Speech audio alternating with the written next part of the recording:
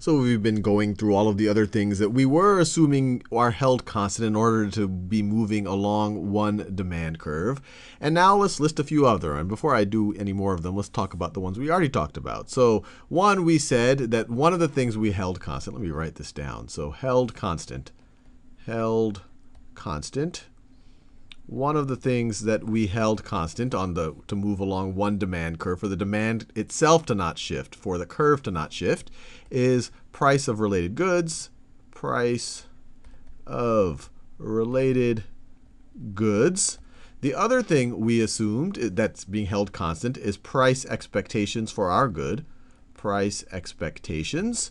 And now we'll list a couple of them that are fairly intuitive, but you'll see in the next few videos that there are often special cases even to this.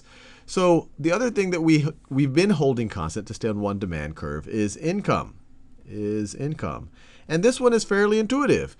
What happens if everyone's income were to increase? And in real terms, it were to actually increase. Well, then all of a sudden they have more disposable income, maybe to spend on something like ebooks. And so for any given price point, the demand would increase. And so it would increase the demand. And once again, when we talk about increasing demand, we're talking about shifting the entire curve. We're not talking about a particular quantity of demand. So income goes up, then it increases demand.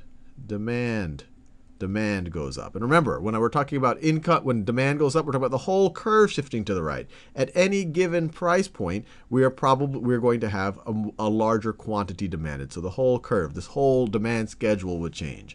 And likewise, if income went down, demand would go down. And we're going to see in a future video, it's actually quite interesting, that's always not the case. This is only true for normal goods.